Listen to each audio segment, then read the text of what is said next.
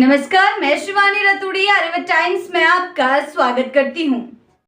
नमस्कार, आर्यव्रत टाइम्स में आपका स्वागत है। बिहार की नौकरशाही से एक चौंकाने वाली खबर सामने आई है, जिसने न सिर्फ प्रशासनिक गलियारों में चर्चा को तेज कर दिया है, बल्कि शिक्षा व्यवस्था से जुड़े व्यापक सवालों को भी जन्म दे दिया है। बिहार सरकार में शिक्षा विभाग के अपर मुख्य सचिव ACS और 1991 बैच के सीनियर IAS अधिकारी डॉक्टर S सिद्धार्थ ने अपने पद से इस्तीफा दे दिया है। सूत्रों के अनुसार डॉक्टर सिद्धार्थ ने स्वैच्छिक सेवानिवृत्ति के तहत अपना इस्तीफा मुख्यमंत्री नीतीश कुमार को भेजा है। हालांकि इस बाबत सरकार की ओर से अब तक कोई आधिकारिक पुष्टि नहीं हुई है। मीडिया रिपोर्ट्स की माने तो यह इस्तीफा 17 जुलाई को ही सौंप दिया गया था और फिलहाल मुख्यमंत्री की मंजूरी की प्रतीक्षा की जा रही है।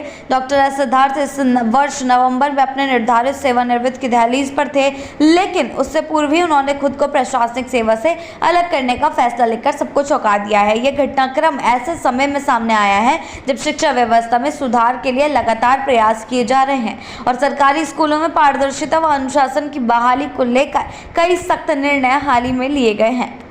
डॉक्टर सिद्धार्थ को बिहार प्रशासन में एक सख्त लेकिन संवेदनशील अफसर के रूप में जाना जाता है। शिक्षा विभाग में उनके कार्यकाल को अनुशासनात्मक युग के तौर पर देखा जा रहा था। उन्होंने जहां एक और छात्रों की उपस्थिति बढ़ाने के लिए जमीनी स्तर पर अभियान चलाया, वहीं शिक्षकों की उपस्थिति और जवाबदेही तय करने के लिए तकनीक का उपयोग करते हुए उन्हें वीडियो कॉल और वर्चुअल विजिट के माध्यम से नियमित रूप से मॉनिटरिंग भी करना शुरू किया।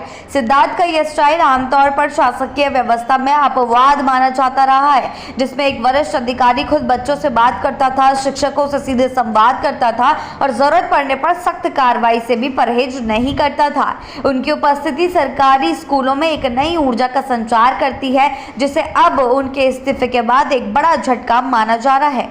जी हाँ, डॉक्टर एस सिद्धार्थ सिर्फ प्रशासनिक फैसलों के लिए नहीं बल्कि अपनी जमीन से जुड़ी सादगी भरी छवि के लिए भी जाने जाते रहे हैं। वे कई बार चाय की दुकानों पर आम लोगों से घुल मिलकर बातें करते नजर आए हैं। इतना ही नहीं, एक बार वह मिठाई की दुकान पर खुद रसगुल्ला बनाते हुए भी कैमरे में कैद हो गए थे।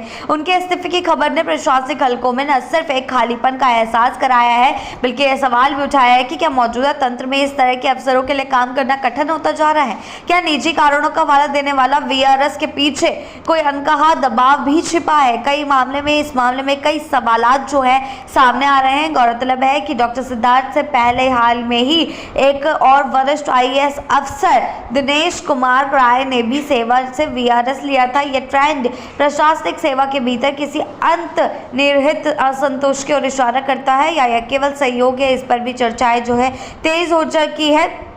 आगे आकर इस मामले में और अपडेट सामने आएगी। अब देखना ये महत्वपूर्ण होगा कि मुख्यमंत्री कार्यालय इस इस्तीफे पर क्या निर्णय लेता है। क्या डॉक्टर एस सिद्धार्थ को मनाने की कोई कोशिश होगी या यह इस्तीफा शिक्षा विभाग के एक सशक्त युग का पटाक्षे बनकर रह जाएगा।